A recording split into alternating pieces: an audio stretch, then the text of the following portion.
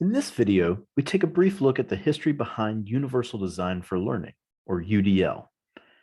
By understanding the backstory to Universal Design for Learning, we gain not just valuable context, but insights from the design field that can inspire us as educators.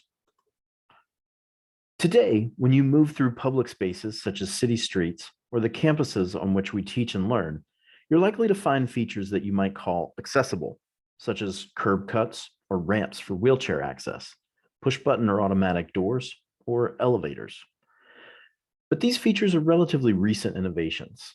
Until the 1960s, no law in the United States required even government buildings to be accessible.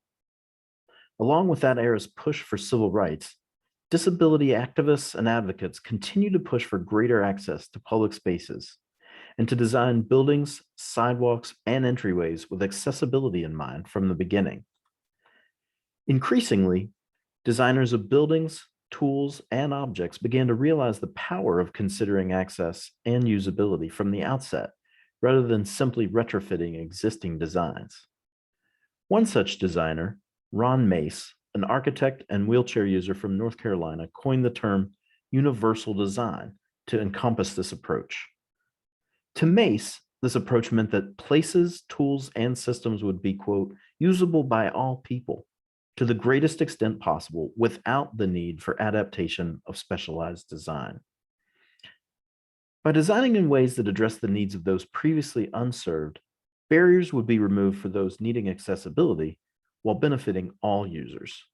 In fact, the benefits of universal design and architecture became so clear that another term has been coined to capture them: the curb cut effect. Curb cuts, the sloped access points that make sidewalks even with the road at intersections, are critical for wheelchair users to be able to navigate effectively.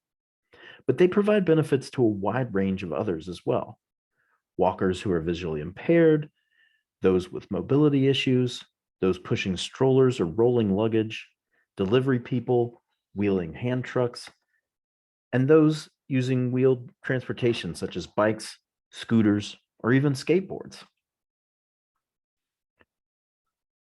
These examples from the physical world can provide examples and inspiration as we educators carry forward as we learn about universal design in a learning context.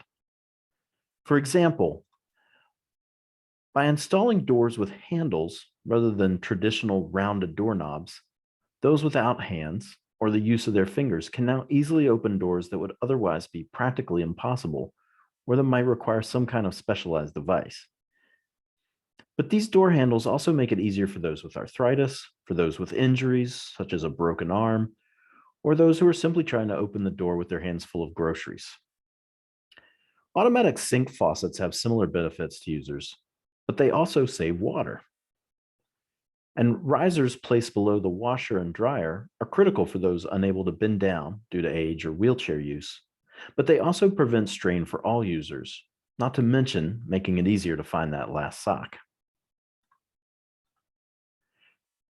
Around the time of the principles of universal design were emerging in architecture, a group of clinicians in the Boston area founded CAST. Initially, CAST worked with hospitals and developmental psychologists to assist local children who were going largely unserved by their schools.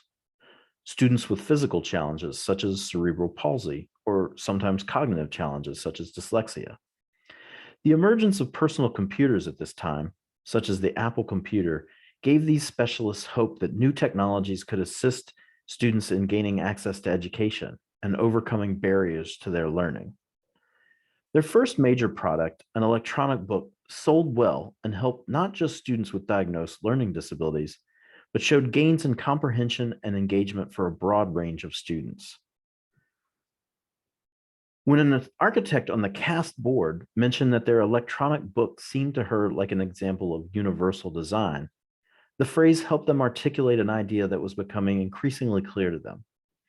Instead of continuing to focus on helping assist students with learning challenges to fit into their existing school and learning environments, they needed to shift to changing the materials and approaches of the schools themselves to better serve all students' diverse needs. As CAST co-founder David Rose put it in an earlier interview, We realized that somehow we needed to change the materials rather than change the students. And it was at that time we began to look for a different framework, a different way of thinking about our work. And that led us to universal design for learning. As you examine UDL in more detail, it's this fundamental shift in thinking that will be helpful to keep in mind.